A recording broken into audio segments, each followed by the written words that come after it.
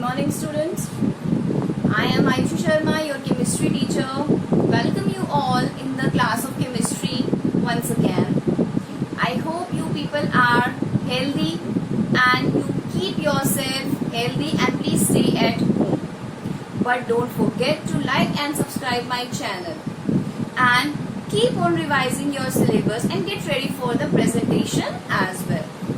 Let's begin with the recapitulation of the previous topics which we have done. In the previous classes, we have discussed about the two laws of chemical combination, and the very first law was the law of conservation of mass, which states that the total mass of the reactants is always equals to the total mass of the product. In fact, we have discussed the two types of numericals on the basis of the first law, that is law of conservation of mass. Now, we have also discussed about the law of constant proportion. This law of constant proportion states that whenever pure compound is formed, the same type of elements are always combined together in the fixed proportion by their mass. Or in short, you can say that the chemical composition of the compounds are always fixed. It is definite. Law of constant composition. The law of constant composition or law of definite proportions was proposed by Proust. It states that in a chemical substance, the elements are always present in definite proportions by mass. Let us explain with help of an experiment. Take approximately 9 grams of water in Hoffman apparatus. Apply the current and water decomposes in hydrogen and oxygen gas. Hydrogen is collected at cathode and oxygen is collected at anode. Weigh these test tubes in a digital balance. We observe that hydrogen is 1 gram assumed of hydrogen and 8 gram assumed of oxygen are obtained. Thus we can say that water is formed by the combination of hydrogen and oxygen. The ratio of masses of hydrogen and oxygen is always 1:8 in water, irrespective of the source of water. Whether you collect the water from a well, river, pond or from anywhere, the ratio of their constituent atoms by mass will always be the same. Similarly, ammonia is formed by the combination of nitrogen and hydrogen. The ratio of masses of nitrogen and hydrogen is always 14:3 in ammonia. Now, before moving for the numerical problem, let me explain you one simple thing. Okay? Now, suppose you are having your subject maths. Right? You have got 50 marks out of 100 in maths in your exam. Okay? Now, if I just wanted to know the percentage of maths, that how much percentage of marks you have got in maths, then how will you calculate? Simple. You will be writing total marks obtained divided by maximum marks multiplied by 100. And when you will be solving it, in total you will be getting 50%. That means in mathematics you have got 50% marks. Okay. Now apply this rule in case of compound formation. How? Suppose there is a combination of carbon with oxygen. When carbon is reacting with oxygen, the compound is formed, that is carbon dioxide. Okay. If I am saying that 3 grams of carbon is reacting with 8 grams of oxygen, so how much carbon dioxide will be formed? That is 11 grams. Okay. But here I am having the data in the form of masses, or you can say that I am having the data in the form of weight. But if I just wanted to know that in carbon dioxide, how much percentage of carbon and oxygen is present? So, how am I going to calculate? In the same. Suppose if I just wanted to know the percentage of carbon in carbon dioxide. So, how we will calculate? The mass of carbon, because I just wanted to calculate the percentage of carbon in carbon dioxide. So we will take the data of carbon and the total carbon dioxide. So we will be writing the mass of carbon, that is 3, divided by the total mass, that is 11, and multiplied by 100. This becomes the formula for calculating the percentage of carbon in carbon dioxide.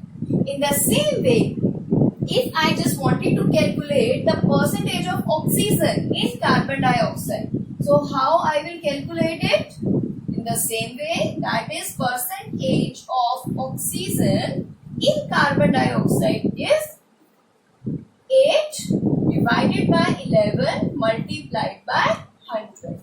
Okay, fine. So in this way we calculate the percentage of the elements present in the compound. Let's begin with the numerical. In this numerical problem, we are having that 0.24 grams of compound is formed, and this compound is made up of oxygen and boron. What does it mean? It means when boron is reacting with oxygen, the compound is formed and the compound is having the mass of 0.24 grams. Now, after analysis of the reaction, they have found that 0.096 grams of boron is reacting with 0.144 of oxygen. So here we are having the mass of boron as 0.096 and the mass of oxygen is given 0.144 grams. In this numerical, we are having the masses of reactants as well as the total mass of the product. But what we need to find out in this numerical, we find in this numerical that how much percentage of boron is reacting with the how much percentage of oxygen. It means in this numerical we have to calculate the total percentage of the components of the reaction. That is the total percentage of boron and oxygen. Now, according to the data which is given in numerical, I have written the data first of all. The mass of the compound in total is given 0.24. Okay. Now, what we need to find out in a compound of oxygen and boron, we need to find out that how much percent of boron is involved and how much percent of oxygen is present in the compound of boron and oxygen. Here, so to calculate the percentage of boron, first we have written mass of boron. What is the mass of boron? That is 0.096. It is given. So how will you calculate the percentage of boron in the compound of boron and oxygen? So first of all we have to write the mass of the boron because the percentage of boron is to be calculated divided by the total mass of the compound. Okay, multiplied by 100 because to calculate the percentage we need to multiply by 100. So by solving it we have got that 40% of boron is present in the compound of boron and oxygen. Okay. Now in the same way we need to find out the percent of oxygen, that how much percent of oxygen is present. In the form of mass we know that 8 grams of oxygen is present, but how much percentage of oxygen is present? So for this we have to calculate the percentage. So we have written the mass of oxygen is 0.144 grams. And this 0.144 grams of oxygen is present in 0.24 grams of compound. Fine. So how will you calculate the percent of oxygen? 0.144 divided by the total mass of the compound multiplied by 100. And when we have solved it, we have got 60%. So we can say that in the compound of oxygen and boron, 40% of boron is present along with the 60% of oxygen. If we see in total 40 plus 60, we have got 100% of the compound.